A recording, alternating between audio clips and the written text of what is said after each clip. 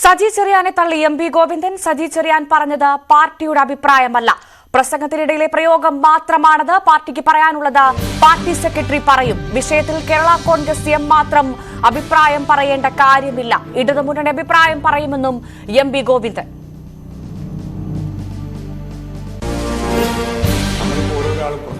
പറയുന്ന ഓരോ പ്രയോഗങ്ങളുണ്ട്. ആ പ്രയോഗങ്ങളെല്ലാം പർവ്വതീകരിച്ച് അതിൻ്റെ അടിസ്ഥാനത്തിലുള്ള ചർച്ചയിലേക്കൊന്നും പോകേണ്ട കാര്യമില്ല. അതുകൊണ്ടാണ് ഞാൻ പറഞ്ഞത്, പാർട്ടിക്ക് പറയാനുള്ളത് പാർട്ടി ജനറൽ സെക്രട്ടറി പറയും. ഇനി കേരളത്തിൻ്റെ എന്തെങ്കിലും പ്രശ്നമാണെങ്കിൽ കേരളത്തിലെ സംസ്ഥാന സെക്രട്ടറി പറയും, അല്ലെങ്കിൽ പാർട്ടി സെക്രട്ടേറിയറ്റ് പറയും, അല്ലെങ്കിൽ അവിടെ PB പറയും. അത്രയേ ഉള്ളൂ. മുഖ്യമന്ത്രിയുടെ അറിവോടെയാണ് സജി ചെറിയാൻ ബിഷപ്പുമാരെ വിമർശിച്ചതെന്ന് പ്രതിപക്ഷ നേതാവ് എം മണിയെ പോലെ മുഖ്യമന്ത്രി സജി ചെറിയാനെ അഴിച്ചുവിട്ടിരിക്കുകയാണെന്നും VD സതീശൻ പ്രതികരിച്ചു.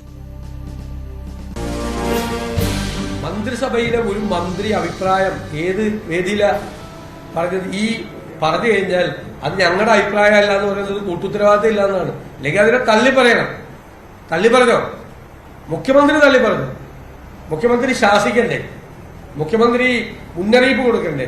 ഒന്നാമത്തെ, ഇതിനു മുമ്പ് ഭരണഘടനാ വിരുദ്ധ പ്രസംഗം നടത്തിയതിന് മന്ത്രിസ്ഥാനം പോയ ആളാ. വേറെയും മോശമായിട്ട് സംസാരിച്ചു. കേരളത്തിൽ കർഷകരുടെയും കർഷക തൊഴിലാളികളുടെയും പാർട്ടിയാണ് കമ്മ്യൂണിസ്റ്റ് പാർട്ടി എന്ന് പറയുന്നത്. എന്നിട്ട് എന്താ പറയുക, ഇനി ഒരിക്കലും കേരളത്തിൽ കൃഷി ചെയ്യേണ്ട, നീ ഒന്നും കൃഷി ചെയ്തില്ലെങ്കിൽ സാരമില്ല, ആന്ധ്രയിൽ നിന്നും തമിഴ്നാട്ടിൽ നിന്നും അരി വരും എന്ന് പറയുന്ന ഒരു മന്ത്രി പുങ്കവനെ ഇവര് ചുമക്കുമല്ലേ? ഇത് വീണ്ടും അയാൾ പറയല്ലേ? ഇത് മനഃപൂർവ്വം പിണറായി വിജയൻ ഈ എം മണിയെ സജി ചെറിയാനൊക്കെ ഇങ്ങനെ പറഞ്ഞു വിട്ടേക്കുക.